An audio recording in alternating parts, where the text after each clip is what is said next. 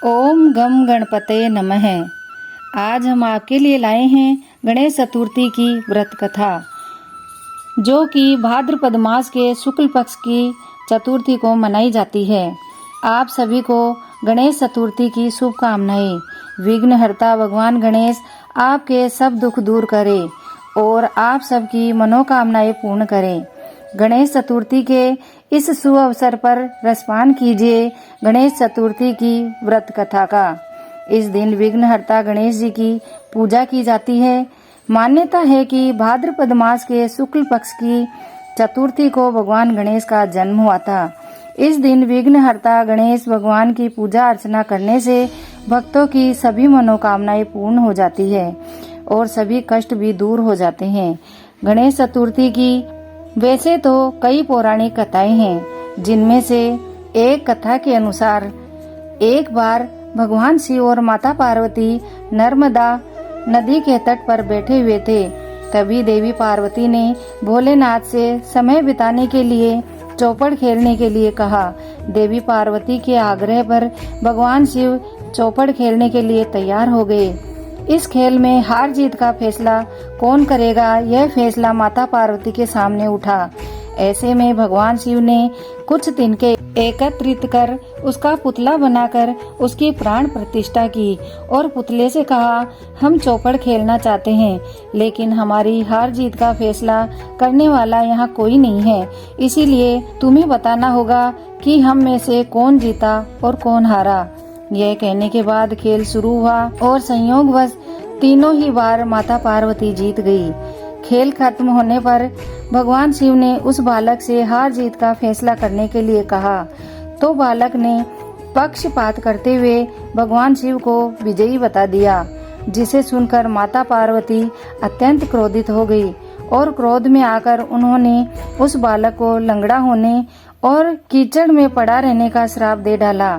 माता पार्वती का क्रोध देखकर वह पुतला भयभीत हो गया और अपने अपराध के लिए माता पार्वती से क्षमा मांगी। कहने लगा, माँ, मुझसे अज्ञानता के कारण ऐसा हुआ है, मैंने जानबूझकर ऐसा नहीं किया, मुझे क्षमा कर दीजिए।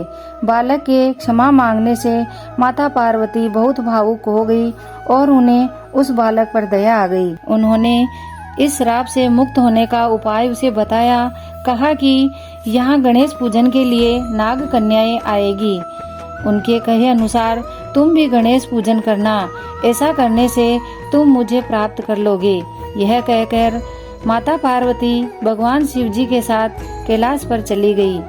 ठीक 1 वर्ष बाद उस स्थान पर नाग कन्याएं आई।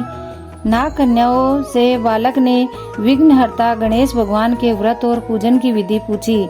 पूजा विधि जानने के बाद उस बालक ने लगातार 21 दिनों तक भगवान गणेश का व्रत और पूजन किया। फिर उसकी भक्ति भाव से प्रसन्न होकर गणेश जी ने उस बालक को साक्षात दर्शन दिया और मनोवांछित फल मांगने को कहा। उस पर वह बालक बोला, हे गणेश जी, मुझे इतनी शक्ति दे दीजिए कि मैं अपने पैरों से चलकर अपने माता पिता के पास कैलाश पर्वत पर जा सकूं। विनायक जी ने तथास्तु कहकर उस बालक की अपंगता दूर कर दी। फिर कैलाश पर्वत पर जाकर बालक ने अपनी कथा भगवान शिव शंकर को सुनाई। उधर चौपड़ वाले दिन से ही माता पार्वती भोलेनाथ से नाराज हो गई थी। ऐसे में भगवान शिव ने भी बालक के बताए अनुसार 21 दिनों तक गणेश जी का व्रत और पूजन किया। इस व्रत के प्रभाव से माता पार्वती के मन में जो भगवान शिव के प्रति नाराजगी थी वह दूर हो गई। इसके बाद भगवान शिव ने यह व्रत माता पार्वती को बताया, जिसे सुनकर माता पार्वती के मन में भी अपने पुत्र कार्तिकेय से मिलने की इच्छा हुई।